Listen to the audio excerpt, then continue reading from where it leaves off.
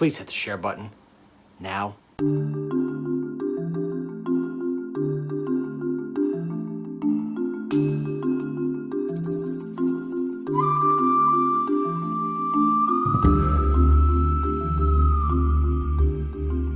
So for those of you who have been following me for many years, you know I used to have a show on Newsmax, and before that I used to be on Fox News all the time.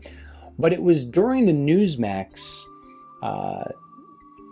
period of my life when I had received a call from the FBI stating the fact that I would be a person involved in a court case that took place in Nevada with the Bundys. And the reason being is because while I was a participant on the Kelly File on Fox News, the Bundys and the federal government sort of went head to head over land rights and grazing rights and fees not paid, fees paid, back and forth. So I went out there, and for those of you who have seen the video, I sort of found myself as being the peacemaker. Behind me were the Bundys and hundreds of their supporters, and in front of me was Land Management, Bureau of Land Management, BLM, and they had M16s pointed at the Bundys and their supporters, and the Bundys were also there with their supporters being armed, and it was sort of the environment that you would never imagine having to see between American citizens and the federal government. And luckily, through negotiation and trying to settle down everybody's tempers and emotions, we got out of that day without anybody harmed. Fast forward. The Bundys get involved again in another sort of lands right management sort of thing, a Bureau of Land Management sort of thing, and I'm going to let my guest get into that a little bit deeper. But there was a gentleman up there, and he was in a car, and they were driving, and one of the Bundys, if I'm not mistaken, was also in that car, and they wound up being what I consider to be ambushed by the federal government and local sheriffs. And again, if I have any of this wrong, my guest is going to correct me on it.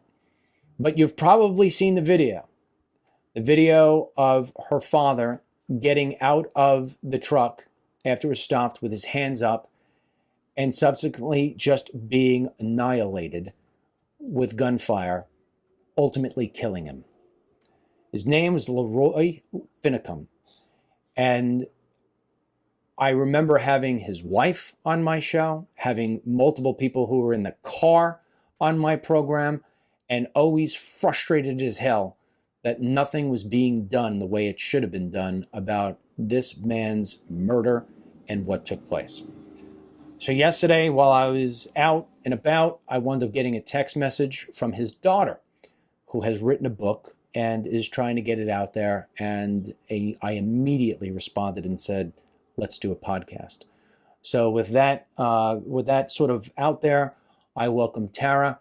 Thara, thank you for reaching out to me. It is an honor to have you on here today. And many people, into the many tens of thousands will hear about this. So I hope you sell a ton of books. Why don't you explain what I failed to do, why your dad was in Oregon, what was going on, and how it turned out to be that your dad died on that tragic day. Well, thank you for giving me this opportunity to share our story with your listeners. It's such a, there's so much to the story. There's so much more to the story than what meets the eye. And most just read headlines and then they move on, with their life. And the heart of the Cowboys' petition and occupation of the Malheur Wildlife Refuge was, the short of it, the direct result of centralized government. They started their hard stand as a result of the Oregon ham and ranching family being subject to report to prison for the second time for the same offense. I could talk for hours about the Hammond story, and the short of it is the events in their story literally shock the conscience when you start to dive in and do your research. And it is a modern day example of centralized government and how it is always at the expense of life, liberty, and pursuit of happiness of individuals. And so as the Hammonds were reporting to prison for the second time, that's when the occupation began in Oregon. Let me stop you for one. Let me stop you for 1 second, because you and I are familiar with the Hammonds, but not everybody is. So, in the shortest form, I'm going to say what I think I know, and you correct if I'm wrong. Excuse me. So, the Hammonds are ranchers, and what they did was they did what was called a controlled burn, where you basically burn part of your land, and it is a controlled burn is a regular thing for ranchers to do. And what wound up happening is that burn got out of control. And so, if I'm not mistaken, they were actually held accountable for that and sent to prison. But then they were released from prison. And then another judge came in and said, no, you released them too early. Go back to prison again. Is that sort of correct? It's sort of correct, and it's very, very complicated. Their abuse, intimidation, went on for more than a decade, and the Cooperative Federalists, the nonprofit organizations, were working tirelessly, cooperating with one another to have the Hammonds' property rights taken from them. And the Hammond family was one of the last ranchers standing who refused to be bullied, intimidated, and they held their ground in maintaining their property rights to get continual beneficial use from them. And so this huge fire, the whole mountain was on fire. And one of a practice to maintain land and to help prevent from wildfires getting way out of control is to do a backfire. And they did that. And the backfire went over onto federal property for like 1 acre. And so they used that as a means to an end, to get them in the court of law, to get a conviction. And they used an act of Congress, and they totally circumvented that act of Congress and were able to get, the first judge said, my conscience tells me I cannot do what the minimum incarceration is, and so therefore I'm going to give you guys a smaller sentence. They served that smaller sentence, but then the prosecuting attorney thought it his moral duty to appeal to a higher court, because the judge did not give them the minimum sentence for the act of Congress that they were using in the law. They had gotten a minimized sentence from the judge, who would not give the sentence that the prosecutors were looking for. And then the prosecutor didn't like that idea, so he took it to another judge. And then what happened? Yeah, they appealed to the higher court, and the higher court gave them, despite the previous judge is declaring that he was just going to give them a minimum sentence, the higher court gave them the full sentence. And so they had to report back to the Bureau of Prisons and serve the maximum mandatory limit of time in prison according to that act of Congress. How long was that? I believe, if I'm not studying it on the top of my head, I forget the details, but I'm thinking it was 7 years. And 7 years in prison. 7 years in prison. And prior to that, when the first judge had given them their sentencing, do you know how long that was? Was it a couple of months? Well, it was a husband, it was a father and son. And so the father, I think, was given 3 months, and the son was given a year. And they both served their time. And they got released from prison, and that's when the prosecuting attorney appealed to the higher court and said, we need more skin off of these people's backs. And then they went to the trial and were resentenced, and then had to report to the Bureau of Prisons for the remainder of time. So a lot of people extrapolated that to mean being tried for the same offense. and it was just the whole story is very convoluted, and most people don't understand that what was really going on behind the scenes. And the issue is so much deeper than cows and grass, and it has to do with property rights, life, liberty, and property. Do you go into that in your book? I do. I have a whole chapter dedicated to the whole history. Well, let's keep in mind we want people to buy your book, so let's not reveal it all here. So all right. So you go into that. You're going to give great explanation, and that's why people should buy your book. So now let me fast forward this. Now we have the Bundys. They hear about this. They've got a little bit of a national presence from the first time that they had their sort of standoff, if you will. That's what everybody calls it, in Nevada. And they head up to Oregon to go to this refuge. Your dad joins them in that? Yes, they go to show support the day before the Hammonds have to report to the Bureau of Prisons. And then they decide, why don't we, in our political protest, do a petition for a redress of grievance using lawful principles and rights pertaining to setting up and attempting an adverse possession claim. And so what that means is when you believe that somebody's property rights have been taken unlawfully, lawfully, you can set up an adverse possession claim. And that's what they were doing by occupying the wildlife refuge there. They claimed that property had been wrongfully taken from the citizens of Oregon, and they were taking the lawful steps to have the property returned to the rightful owners.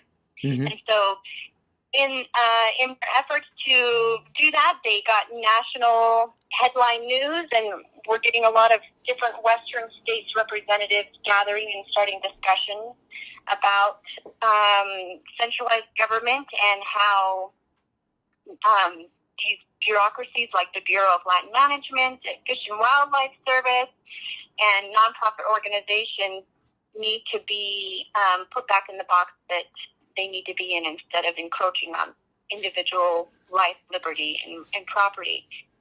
And the occupation lasted about 40 days, and it ended with Dad being shot in the back by Oregon State Police and FBI.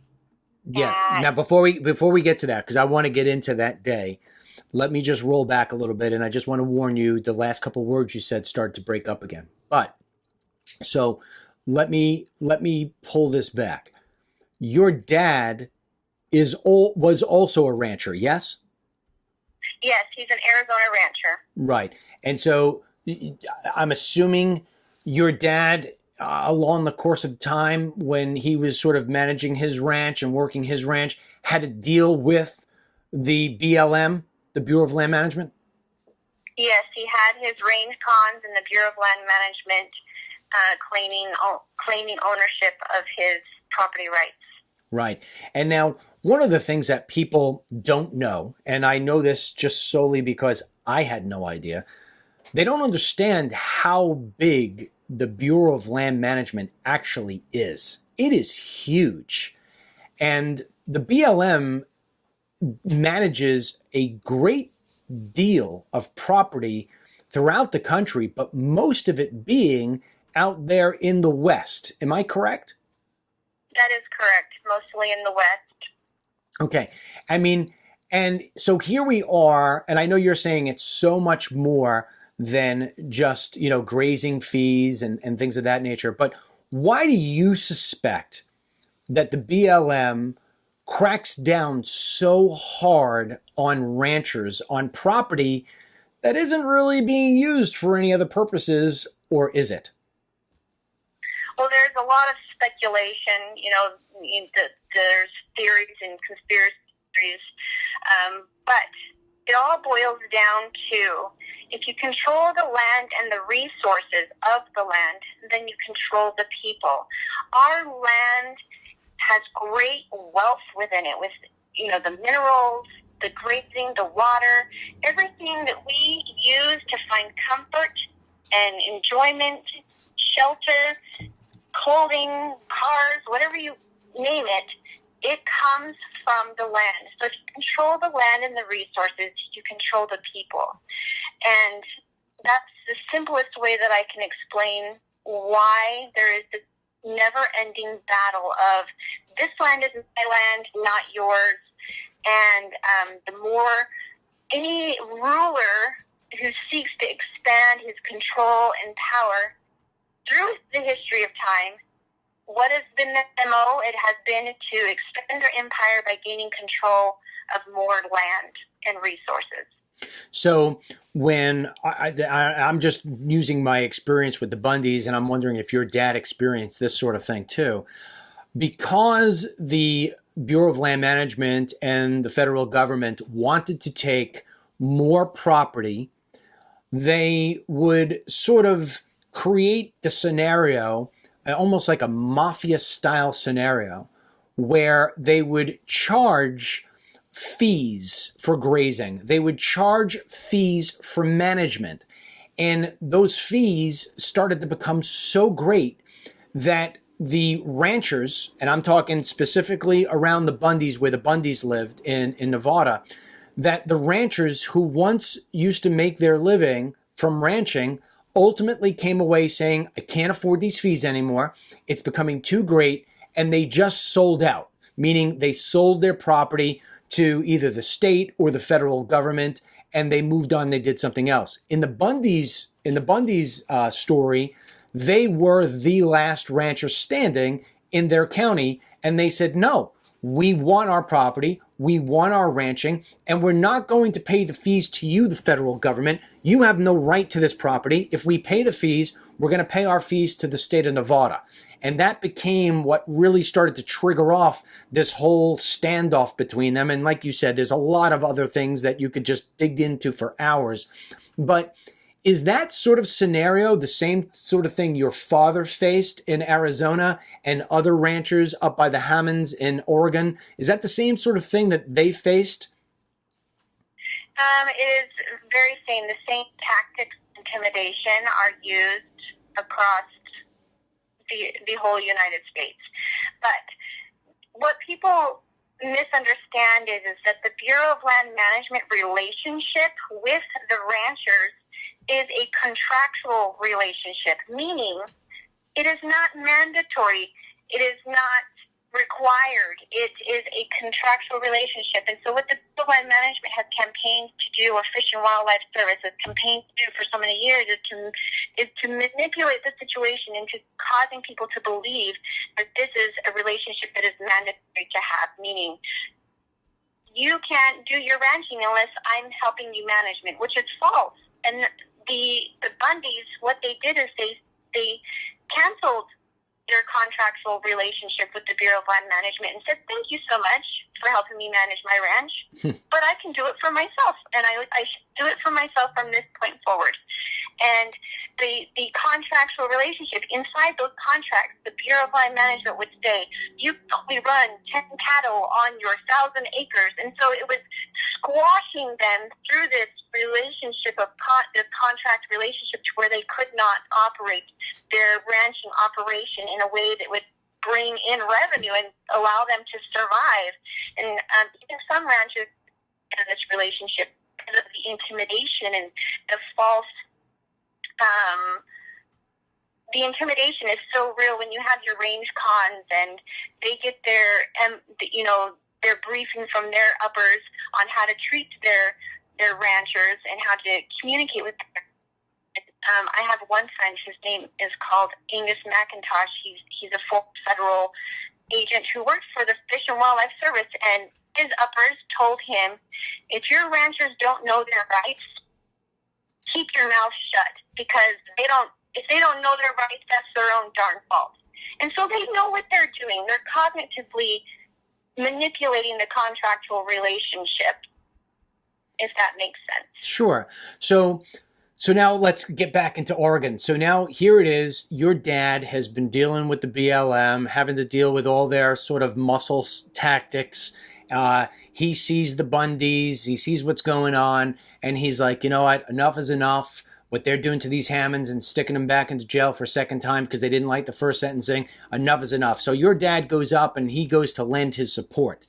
Now, when he does that, when he decides to leave, I've talked to your mom once or twice before. I never asked I never asked her this question. When your dad leaves and he goes, do you ever think that your dad's not coming home? I was so naive, to be honest. I did not realize that our country has gotten to the point where it is. I understood that it was a very heated, controversial situation where people have their ideas on proper role of government. And my dad's standpoint was the separation of controls is the way to go, and centralized government was never the intention of this nation, and so that's what I'm standing for. And others are on the other side of the spectrum, and there's heated debate all over the place. I understood that. However, I did not even think to myself that this could end with the tree of liberty being watered by the blood of my dad. It never even crossed my mind that it would result to somebody's life being taken. So you didn't, I mean, and you said to me, before we started this, I mean, you're the mother of 4 boys.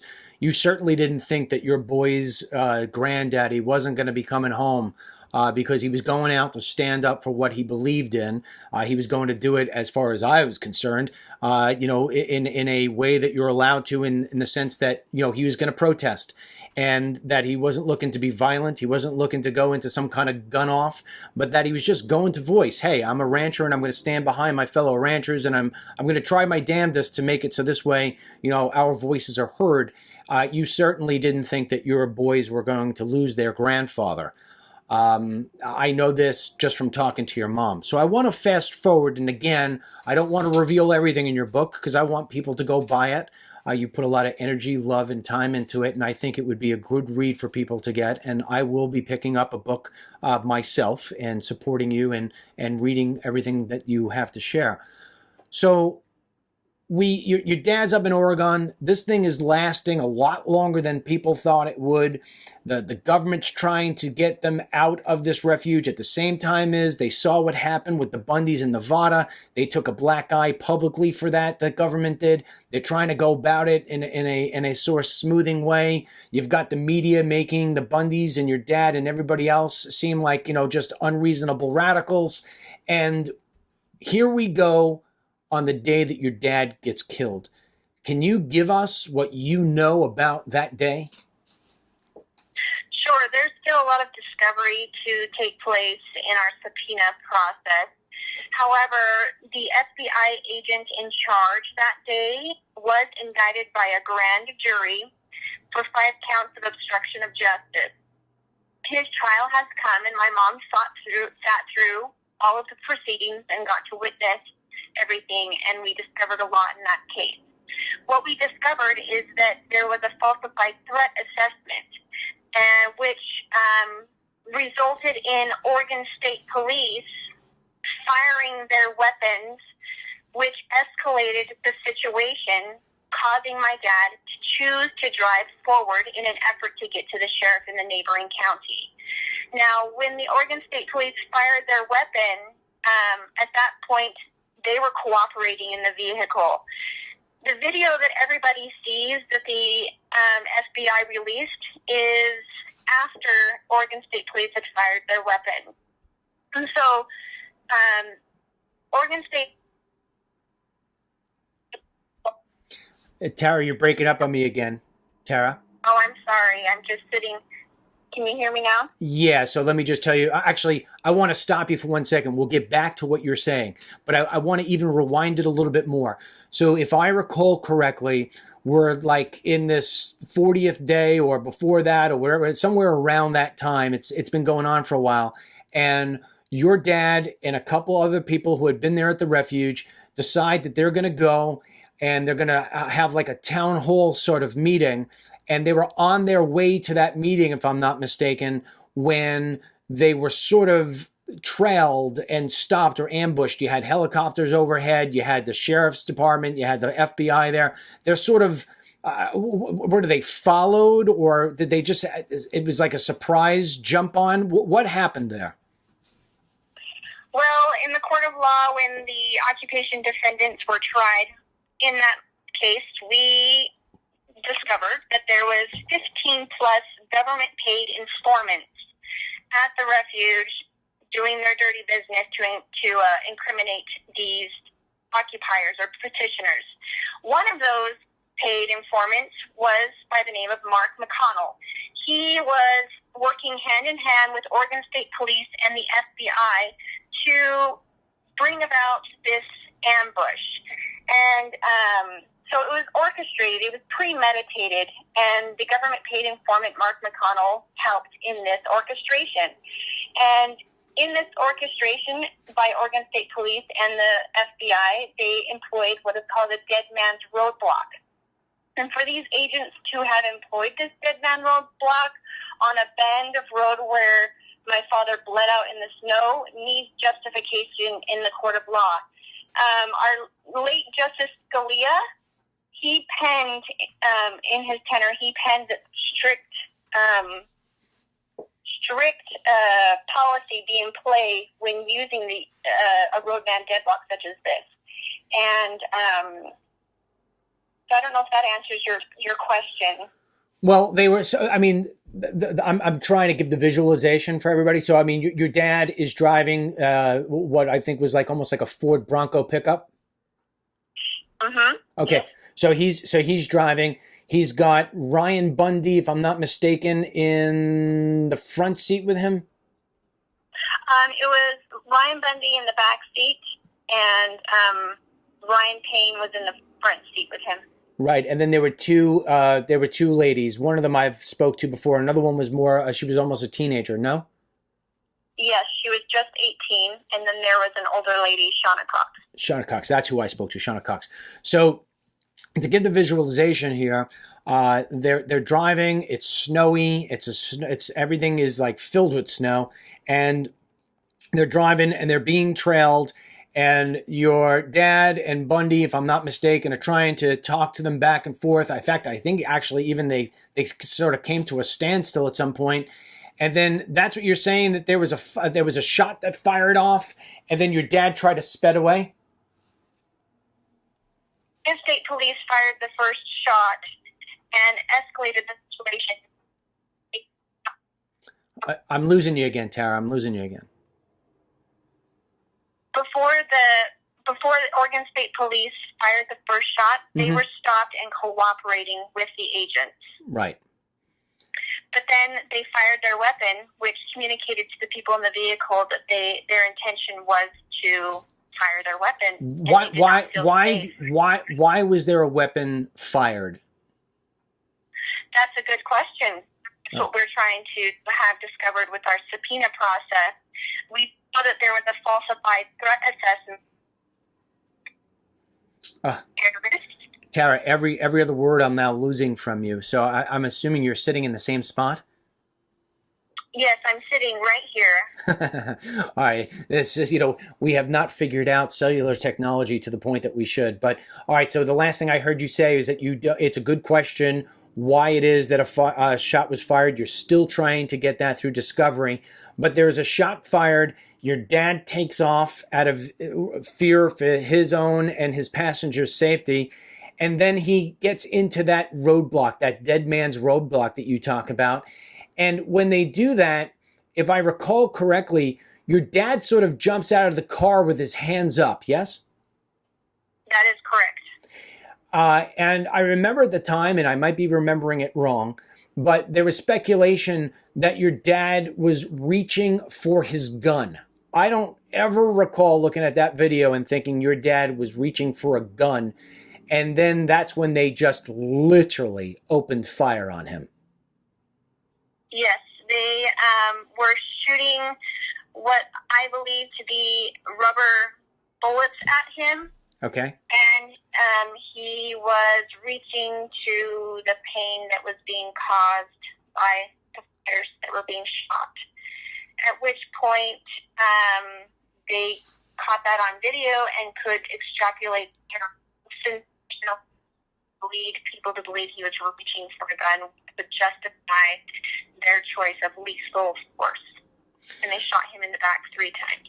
So again, you broke up a little bit, so I'm going to repeat what I think you said. So anyway, what you said is when people review the video and the video that they released would, if you're arguing against your father, say, hey, listen, it looks like he was reaching for his gun, where what you're saying is that no, he was reaching to sort of that human instinct of taking your hand and almost trying to ease the pain of a wound that you've just been hit with. We've all been there before. I mean, you don't have to be hit with a bullet. You could just be hit with a baseball. You could be a batter. If you ever watched a baseball batter get hit in the hip or in the buttocks or in the waist, the first thing you do is you sort of take your hand and you cover that pain. It's human instinct. And that's what you're saying is your dad was covering up where he was getting hit with these rubber bullets.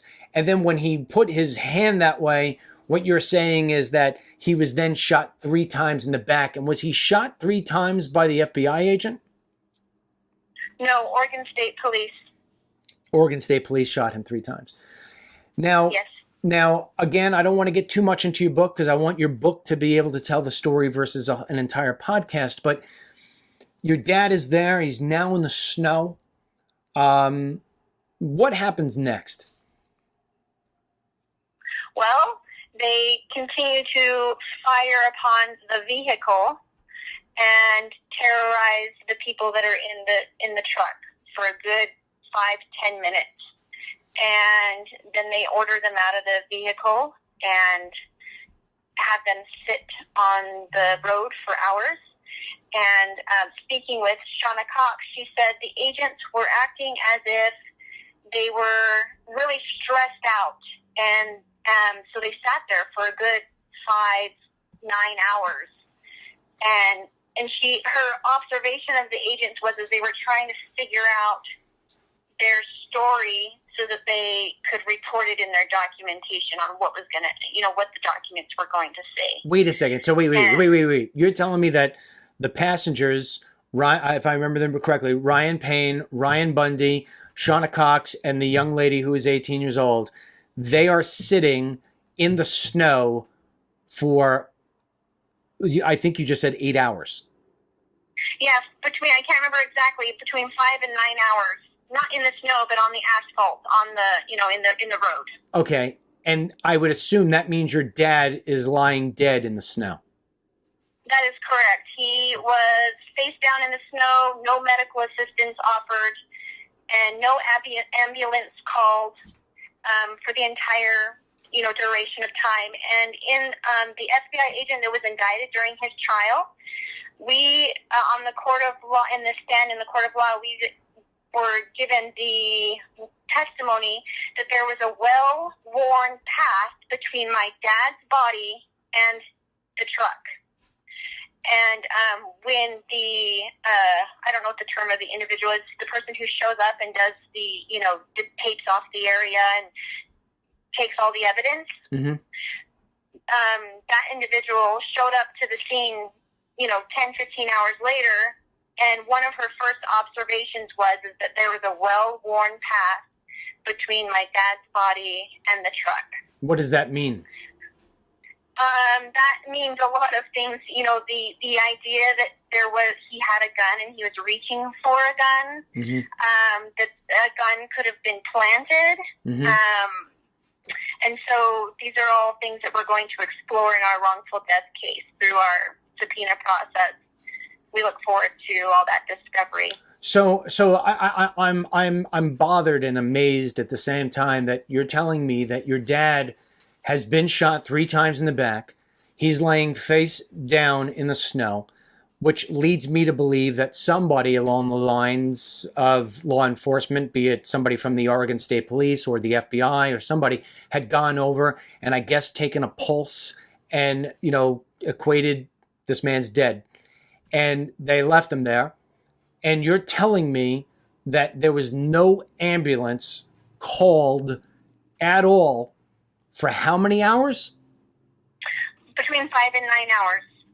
So, And Shauna Cox's observation of the agents was that they were in a state of panic. They were trying to figure out how they were going to report to their superiors on what just took place. now, am I mistaken in saying that Ryan Bundy had been shot in the arm? Ryan Bundy was shot in the arm when they chose to drive forward after Oregon State Police fired upon them.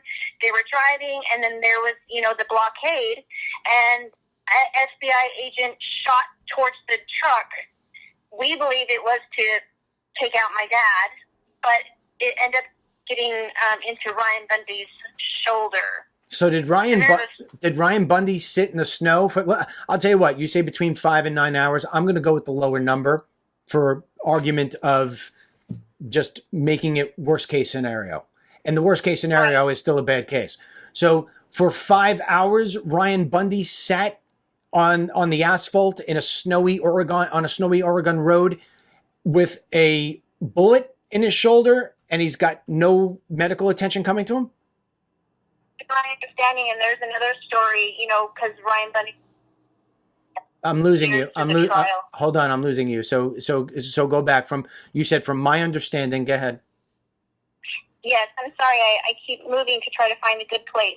Go ahead. Ryan Bundy was incarcerated for 2 years during the trial process. Yes. And there's a story where the agents there came to get him out of his cell like at 5 a.m.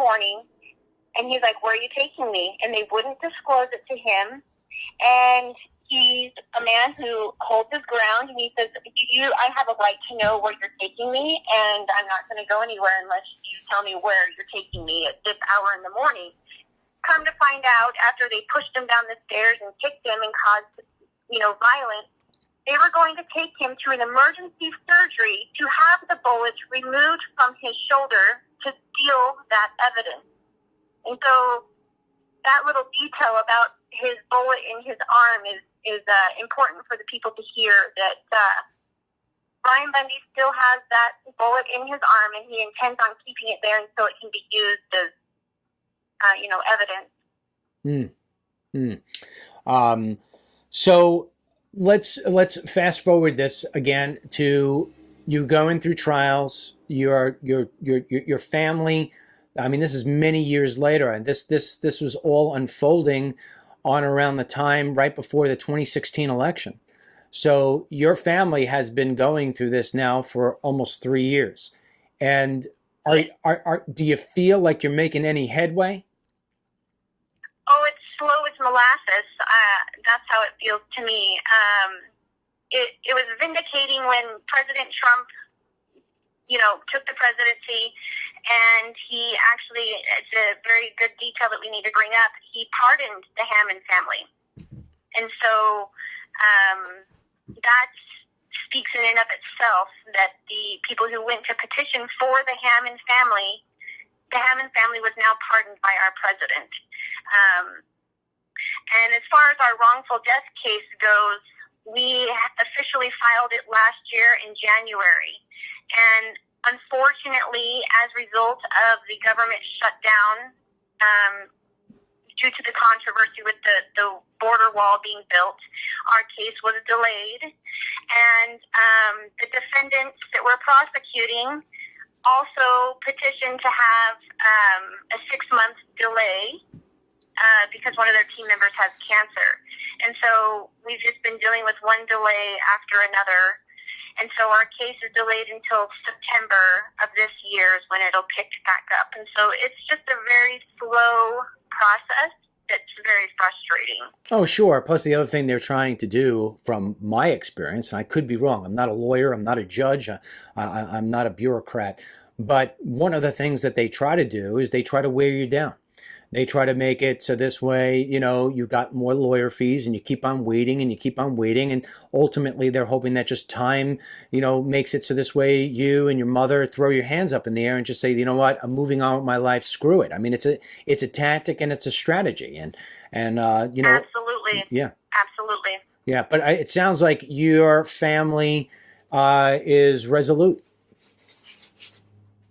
Yeah, we're pushing on. We're holding on to faith, and We are a Christian believing people, and we know that if corruption needs to be exposed, that this case is a good one to do that. And we are praying for other whistleblowers.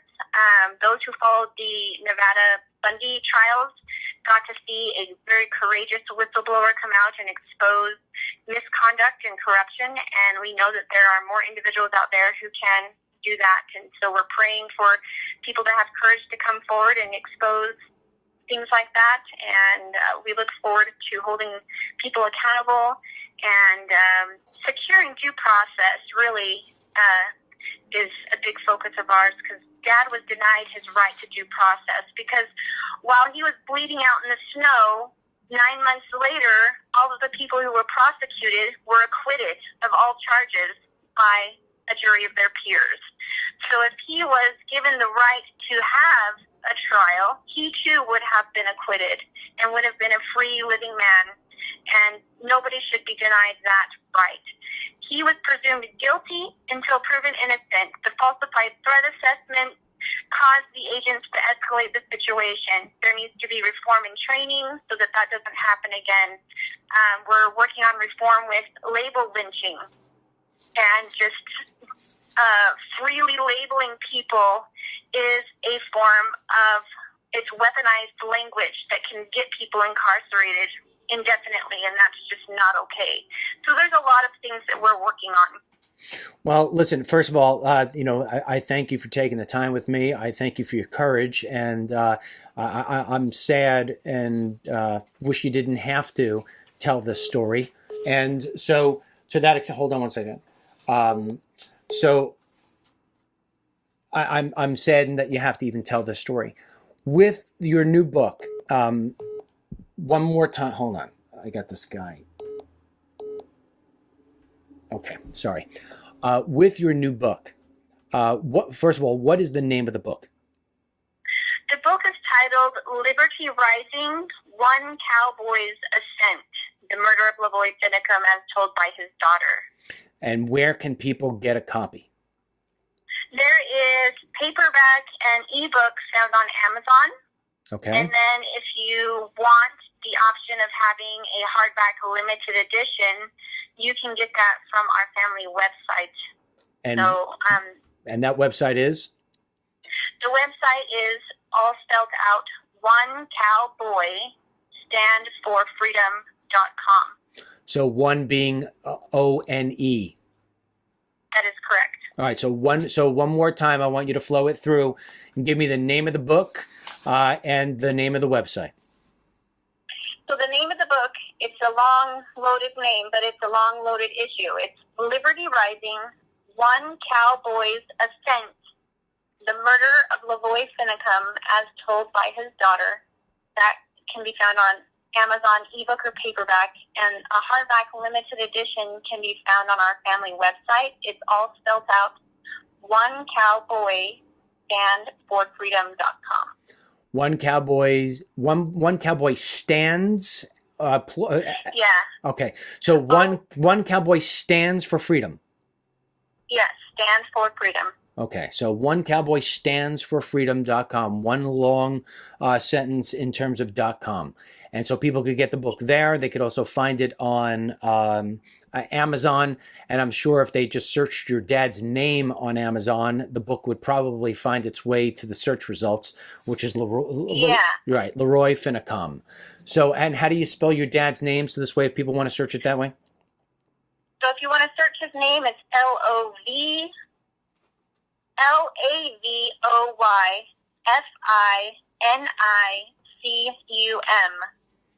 All right. So I want to thank you for your time, and we will be putting this out. Actually, we're going to be airing this on Monday. I will send you a link on your cell phone, and please keep me informed as things develop on your side. I will do. Thank you so much for having me on your show. I appreciate that. You got it. Say hello to your mom. I will. Bye now. Thank you. Bye. Bye. I want to share a story that can possibly change your life. My name is Dennis Michael Lynch. Most people just call me DML. For years, I've been an investigative filmmaker and news guy with a reputation for truth-telling. And so here's the truth. A few years ago, I started having massive chronic pain. It got so bad that getting up from a chair hurt. Even walking was a task. All aspects of my life were negatively affected. I took tons of ibuprofen, tried different diets, but nothing seemed to work. It forced me to stop being active. I gained a ton of weight. I was unrecognizable and miserable. I started looking into CBD products. I investigated and tried different ones. None of them worked until one. In fact, it worked so well that I started my own label. My reputation is everything to me. My business relies on it. So to make an endorsement, in order for me to put my name on something, I have to believe in it. I've been using DML Pure for months, and at 50 years old, I am pain-free and back to doing the activities I did in my 30s and 40s. I'm shedding weight, and the truth is, I feel great again. all natural, lab tested. Get DML Pure at dmlcbd.com. That's dmlcbd.com.